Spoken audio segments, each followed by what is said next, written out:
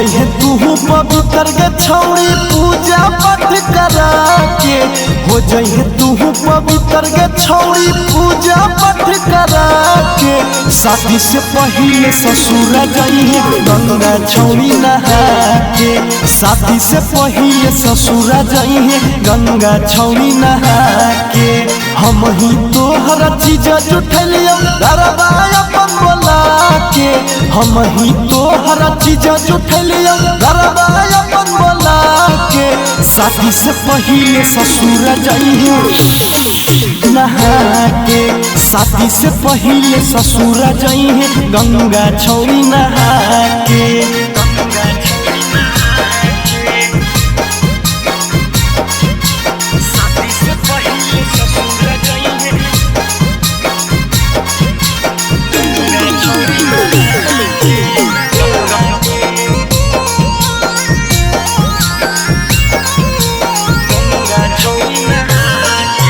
ससुर की जाके लगई है गे तू नहाई है गे।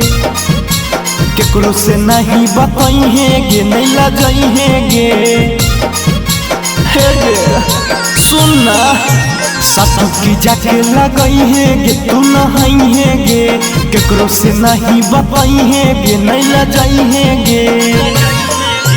गर्दन में ओह माटक का पहिनी है भगत से कोनो पढ़ा के।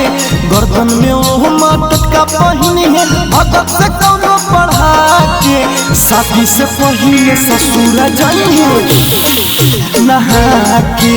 शादी से पहले ससुर जइहे गंगा छौड़ी नहा के।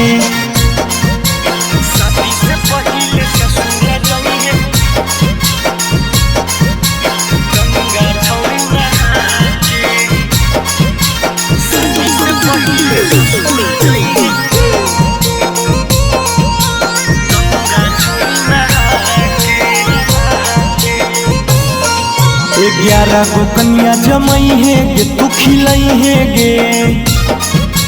दान दक्षिणा भरपूर करे है गे नहीं डरी है गे। समझनी गे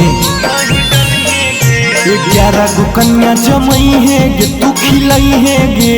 दान दक्षिणा भरपूर करी है गे नहीं डरी है गे।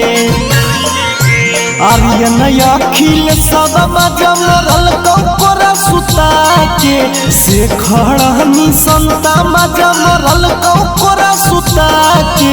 शादी से पहले ससुर जइहे नहा के।